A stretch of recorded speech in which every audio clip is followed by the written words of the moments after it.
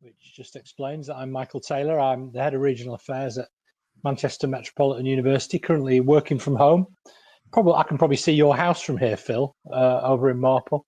I'm in Gloucester. Where are you? You're in Marple? Marple, yeah. Oh, very nice. I can't really see your house, but you know. No, that would be a bit weird. So I know Phil. Phil works as Head of Digital for the Greater Manchester Combined Authority, one of the many things that Manchester's innovating with. I think COVID's thrown to the fore many of the issues that Phil's been dealing with anyway. And this session's to look at challenges around using tech to get better health solutions, and in particular the Manchester experience, because health and social care has been devolved to a certain extent in Greater Manchester. So Phil, can I just kick off? Just ask you, for the benefit of people who maybe don't know, and whether they live in Greater Manchester or not, they might not understand, but give us a very brief elevator pitch on what health devolution means in that Greater Manchester context. Yeah, so in about 2016, the devolution agreement was agreed with government between Greater Manchester, or with Greater Manchester, that agreed to give Greater Manchester greater powers over 6 billion of health, particularly health spending, each year in Greater Manchester, and also brought in some transformation funding to enable Greater Manchester to look at how it could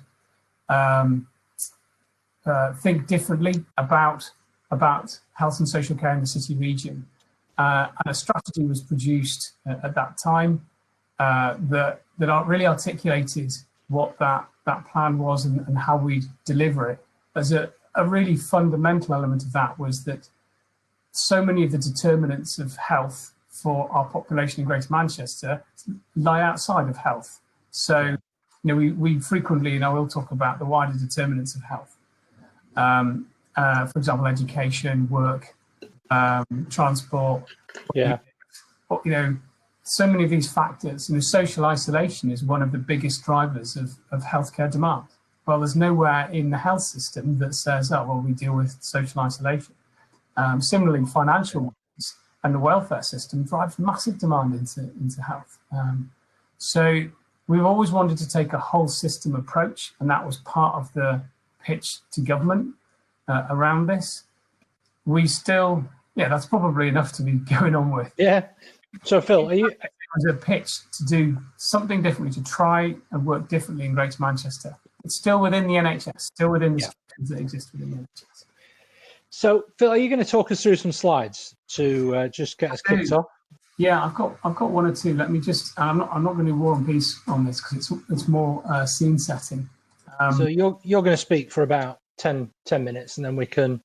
I've got a whole bunch of questions stacked up just to look at how COVID sharpened your thinking, and then we can we can invite questions that come up in the sidebar as and when. Please people, just contribute them as and when. So Phil, can you see those slides? Yes, I can. Right. So I'm just gonna, as I say, trundle through a few of these, and I don't want to. It might not be 10 minutes. I don't want to spend ages on these. I'd rather get into the conversation, but they're just a bit of scene setting. So, when you say what is devolution about in Greater Manchester, it's really about collaboration as far as I'm concerned. It's something we've always been good at ever since the abolition of the Greater Manchester Council back in 1986, I think it was, when we set up the Association of Greater Manchester Authorities and all the rest of it. We've been collaborating for a long time. We're fortunate that we have a nice geography that lends itself to collaboration with coterminous boundaries for almost everything. And we have really deep and long relationships. There's been a long realization that if we're going to get things done as a city region, we have to work together. And that absolutely extends into the health and social care space, very much as I talked about previously. The context for this, is a really big set of challenges that are by no means unique to Greater Manchester. And, we all have these headwinds, regardless of where we live. a third of our children were not school ready when they started school. That's still, it has improved quite significantly. It was about 50% about 7 or 8 years ago. It's still about a third and not school ready when they start year one. And some of these other statistics, but these points in here really reflect a lot of our main priorities. Our life expectancy is below national average for both men and women. We have a huge number of people claiming unemployment benefits. If we could increase the number of people over 50 to be economically active, who currently are inactive because of health reasons, if we'd increase those just to the national average, it would put almost another $1 billion back into the Greater Manchester economy. And so that intrinsic link between health and economy is vital. We don't look at these things in isolation, we look at them in the round. And devolution in Greater Manchester was about this. It was about how do we take whole system approaches, working in localities and neighbourhoods with communities to try and tackle some of these really huge issues. And that's been the focus. We've had a mayor for just over 3 years now, so we're still relatively new as a combined authority. London's been going for over 20, but the challenges we've set ourselves and what we're trying to do is huge. Yeah. I'm just trying to. This is a bit scene setting as well. There's about 2.8 million people in Greater Manchester, and it's spread across 10 boroughs. With a significant chunk being in Manchester itself. But it gives you a sense of the size of the 10 boroughs. Quite importantly, the boroughs work quite closely together, or very closely together. From a health perspective, we have 33 health organisations that sit across this. So you've got 10 councils, obviously delivering social care, 33 health organisations, and on top of that, obviously, police, transport, and a number of other agencies. So it is quite complicated, nowhere near as complicated as the capital, for example. And we often talk about that we feel this is, we're big enough to make a difference, small enough to make things happen, and driven enough to do it. So that has real resonance for us. And without wading through the strategies, this is really the nub of it. It's about everyone being able to achieve their full potential. We talk about the best place to grow up, get on, and grow old in a collective sense. And within a digital sense, we relaunched our digital strategy earlier this year as a GM Digital Blueprint. So this was launched back in February, and it gives you a strong sense of how people are very much at the heart of that strategy. Empowering people is critical. There's no point giving people fantastic digital apps if they can't connect to them and haven't got the basic digital skills, as we talk about a lot. I'm not going to wade through all these, but they give you a sense of the kind of holistic nature of what we're trying to do and how we look across these areas. And I might just touch briefly on COVID-19 and digital, given we're talking about recovery today. The last 3 months has been extraordinary by any measures, for quite obvious reasons. But we have also seen and I know it would have been discussed earlier today, from a digital and tech perspective, the pace of change is enormous, and I'm sure people have reflected already on areas like GP consultations, which are the obvious ones. We've made more progress in the first month really around that than we have in the previous 5 years. And there's a lot of professionals.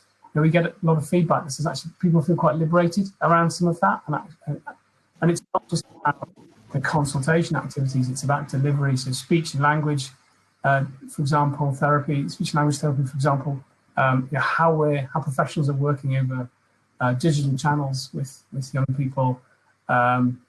There's an awful lot more we can do as well in this space.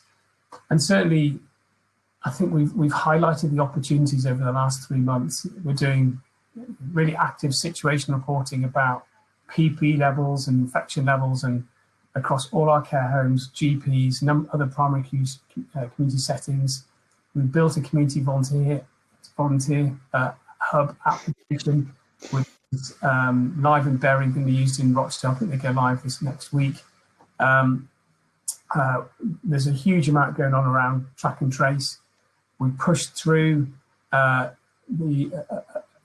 increased the number of GPs that are contributing data into the GM care record. So that's gone from 77% to 99% of GPs covering the entire population of Greater Manchester, so that when people are admitted to hospital, that hospitals have full access to that information.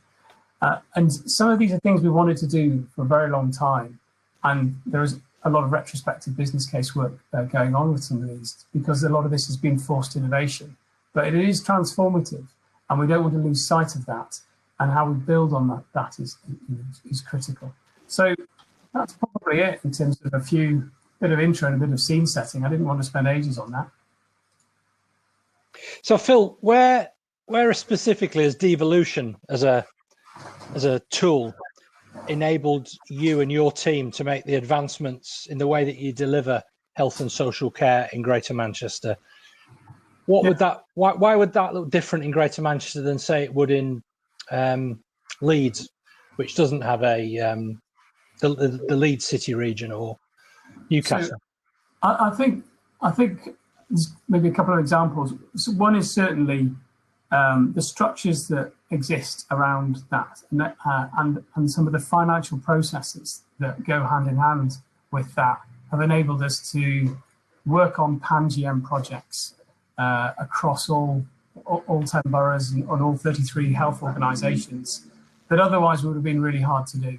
So funding would come into the centre of Greater Manchester through the Health and Social Care Partnership, and there'd be the mechanisms there to make decisions at a pan-GM level about pan-GM investments, and work around, for example, the integrated digital healthcare record. I mean, there's all sorts of projects that's funded that's enabled us to make real progress on our GM care record as a city region, for example. And that work started years ago, but the funding that came through over the last 2 or 3 years, around which decisions could be made with really strong governance, with all the key stakeholders, has enabled us to take that up a level, which means that now we have a GM care record, for example. Yeah, that would have been very hard to do previously.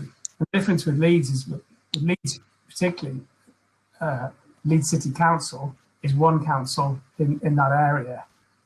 We have 10 councils, 10 social care systems, 33 health organisations.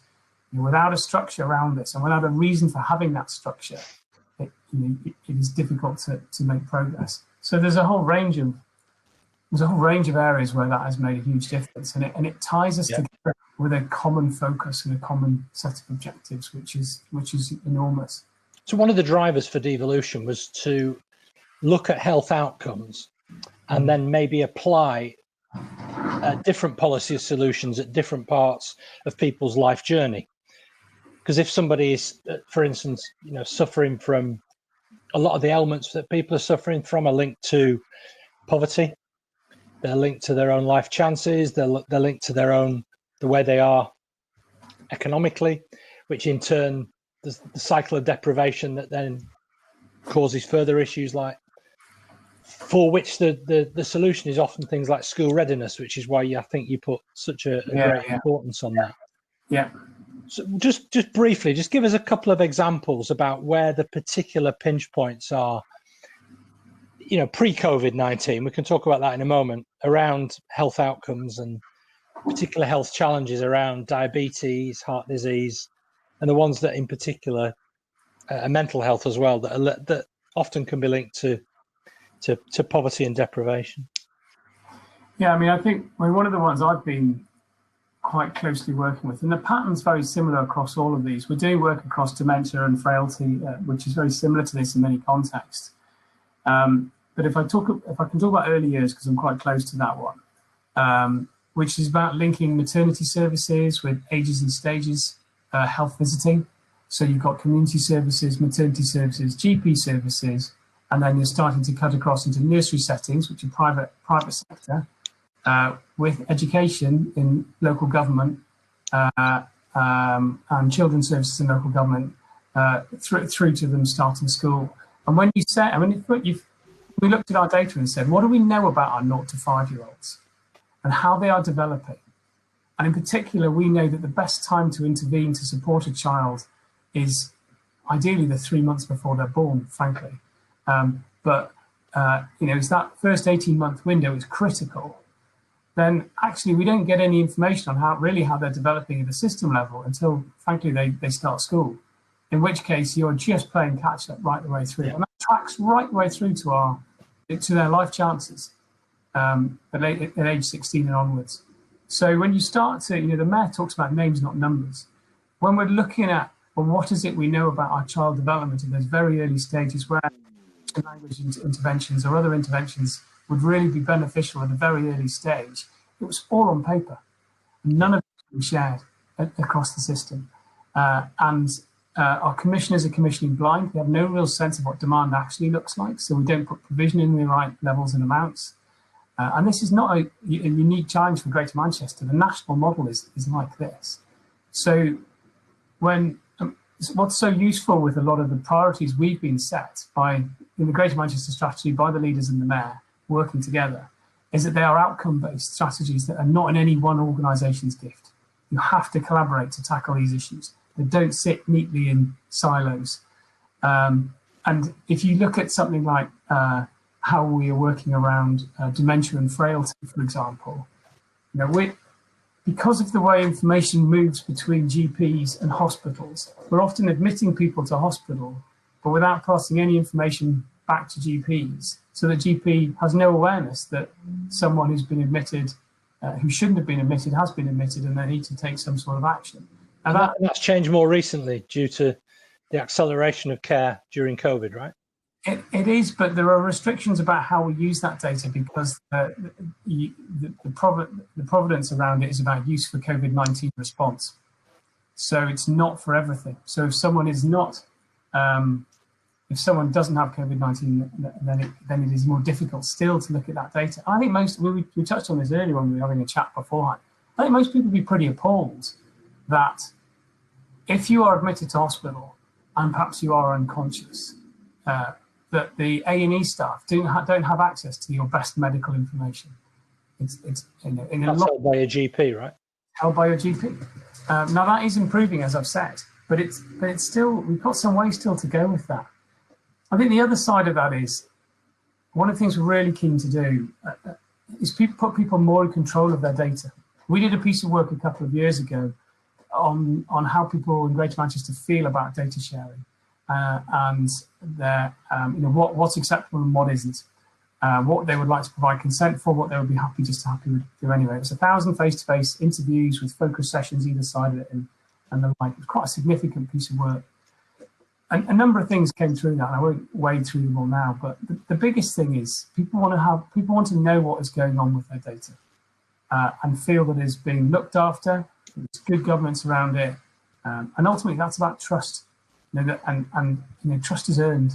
So how one of the pieces of work we're doing, funny enough, with Sir Tim Berners-Lee and a company he helped set up, is looking at personal data stores, looking at how people can have better access to their information and determine who it gets shared with for what purposes and so on, and put people more in charge. We know that from some of the work that's been done in some of our health communities in Greater Manchester, people get better health outcomes if they can see their GP record and can see what's in there. Even though we have improving figures on access to GP information by GP records by patients themselves, often as a patient, and you log into you can log in online to your GP system, you still sometimes can only make a book, you can only book an appointment, you can't actually see your record. People should be able to see their records and be able to challenge the GPs and say, well, actually, I don't, that's not how I remember this session, or and use that as a constructive conversation about health outcomes. And we know that improves health outcomes for individuals. So we got some examples about how that data collection has helped to make some better policy decisions at other parts of the GM system. Maybe about active travel or it's it's quite expansive, I know, but Yeah, it covers so many areas at the moment. I mean, there's a lot of work around homelessness. I think a good example, actually, just thinking about some of the most recent work, we put in place a situation reporting, a SITREP reporting system for Greater Manchester, looking at across all the care homes, the 700 odd care homes we have, the 486 GP practices and everything else, to understand a range of pressures that they were feeling during COVID-19. We use some of the system. We have a kind of digital toolkit called the GM digital platform, which we use some of the bits in there to help do simple app-based reporting. But that information, because it was automated analytics based on those responses, were going straight through to the strategic coordination group for COVID-19 and through to the mayor's reporting dashboard, and were produced daily. And they were influencing decisions about system-wide resources across Greater Manchester and our day-to-day response in terms of COVID-19 and what we needed to do differently. And the kind of work we're similarly doing now around track and trace case management, we're building a system for the city region that will go live in very early July, is not trying to replace some of the national systems, but what currently happens is that cases come into the way case management currently works is largely based on email and phone calls. There aren't systems at a regional and sub-regional level for caseload management. They're mainly set up for sort of 6 cases of measles, this sort of thing. And track and trace is not new; it's been around for a long time. But when we have cases escalated up to us from the national 25,000 people contract tracing capability, because they're complex settings and various other things, we need a better model than here's a bunch of emails, because we need to be able to close the loop on them and understand that activity has been delivered and X, Y, and Z. And when we're thinking we might get up to 1,500 a day, doing that on email isn't going to work. So the whole system's convened around that, and we've rapidly built a system which we started building about 3 weeks ago to manage those cases into the system, to allocate cases. And that is, again, multi-agency, working across the whole system. And the insight and intelligence for that will be informing activity that involves multiple agencies, because it's multiple agencies, consequence management in schools and police settings, in hospitals. It's all sorts of settings where you might have sets of people you need to deal with in a cohesive way to manage that particular outbreak. So, I think if we didn't have these sort of structures and systems in place now, there's just no way we would have been able to respond, and it would have been so much more fragmented, and there wouldn't have been a sub-regional capability to deliver some of this stuff. You talked a lot about how this is used within the system, and there's opportunities for people to potentially have a bit more control over their own records. In your sort of expansive vision of how this might work better in the future. I think one of the big issues that's been thrown up by COVID has been the real exposure and vulnerability of the care sector, and particularly, the typical example of it will be, elderly people put into inadequate care homes, not well looked after, and clearly, as I think has been demonstrated, very vulnerable. How can technology help make that system better? And somebody's asked a question as well, which has reminded me that a lot of people in that setting will be digitally inactive.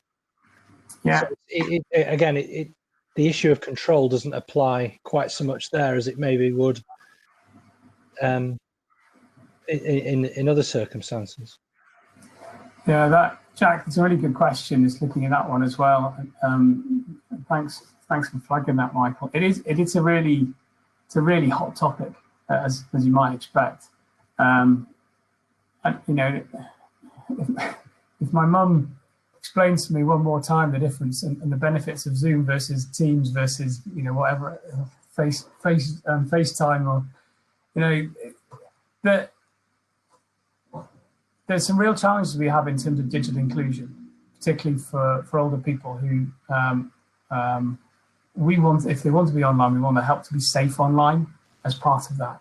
But you're right, there are a set of people who it's really important that are able to be online, because actually social isolation is a massively important consideration at present, and mental health has come up again and again during COVID-19, and rightly so.